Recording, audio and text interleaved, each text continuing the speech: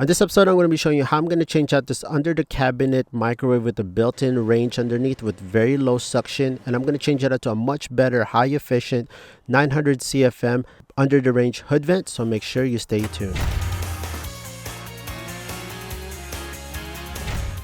Hey there friends, welcome to Fix This House. If you're new to the channel, consider pressing the subscribe and notification bell so you can always be in tune on DIYs, how-to videos, and product reviews that I do within this channel. I picked this under the cabinet range hood vent and it's 30 inches, but there's various sizes on this. I got this one at Amazon because it had a very high rating on it, and we're going to see how well it performs. So this range hood gives you an option whether you want to vent it from the top or to the back. There's a plate there that's covering it, and I'll show you how to change that out later, because this one that I have currently is coming out from the back, so I'm not going to route it from the top. So if you are going to have that, I'm going to have a separate video on how to connect a range hood that is coming from the top. But this one, we are going to be removing this old microwave range hood because it just has very low suction. It has about 200 CFMs, and according to that, that's not very high. Notice how it's barely even picking up this tissue paper. So it also comes with these grills underneath, which you can actually remove two of them where the fans are located at, which is pretty cool, and it's built very strongly. Now I'm going to remove that plate at the back of the range hood because that's where I'm going to locate the vent. So I'm going to disconnect the top mount vent and I'm going to relocate it at the back, and I'm going to place that plate at the top. Now again, before you put this plate on, make sure you take out that white covering. That is just a protective film. So on going back to the old microwave, we're just going to disconnect it and unscrew it from the top. Make sure that you have two people doing this. If you don't have a second person, try to find a second person to do it.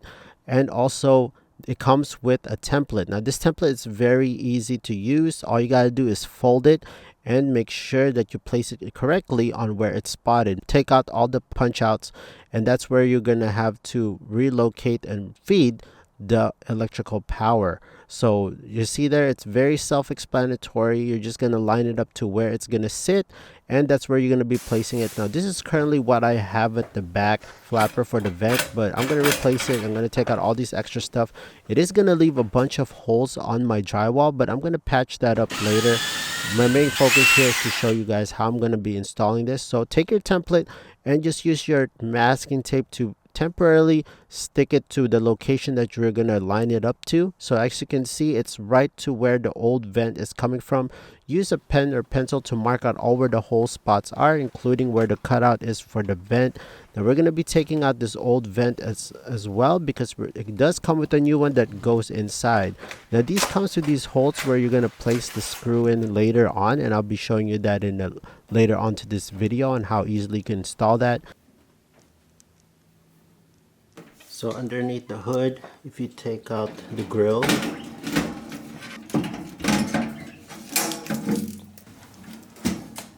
you can see where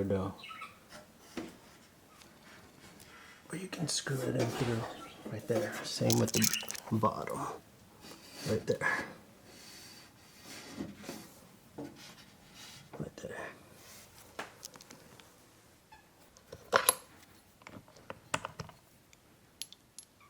Convenient to have a drill bit that has a very long feature because it allows you to go through and allow you to reach further into inside the vent. So it does come with drywall anchors, so these are pretty cool. These are very strong, so these drywall anchors will hold it in place. I'm gonna cut out also the old vent from the microwave, and I'm gonna temporarily place this just so I know that it fits correctly. Now I'm just gonna screw this right at the back of the range hood. So check this out. Now that I have that, I'm going to put the provided hardware screws on each corner, just two in place. Take out the protective film, and again, I highly suggest that you install this with two people. So this is a very kind of heavy range hood vent, and you need two people. Right when I was showing you where those holes were for how to install, that's where it's located. Now I do suggest that you get two pieces of wood, just cut 2x4s, because that's where you're going to be screwing it later on, right where those holes that I pointed, and just plug and play. Now we're going to take out the protective film, and now we're going to start putting on the grills underneath. Now that's what it looks like. It's very easy to install, very self-explanatory. It looks a lot better, and it's pretty high tech. It has all these features where it even has sensors to turn it on, and it has 4 different types of settings for the suctions. So first setting is not bad, and it gets higher on the CFM as you go to the 4th level. So as you can see, it's very fancy display right there. It also always motion sensor like what I mentioned, and it does come with the remote control. So a very great feature to have, especially if you're just sitting down and you just want to turn on and just exhaust the whole room. And it also has built-in LED lights. So again, check out how strong this is. It's very, very strong. Stronger than my old one. The older one was 200 CFM. This one's 900 CFM. So if you're interested in this under the cabinet range hood, this specific one that I used, again, it comes in different sizes. I'll leave the link on the description down below for the Amazon link. Check it out. Like, comment, and subscribe if you found this video super helpful. I'll see you friends on the next video.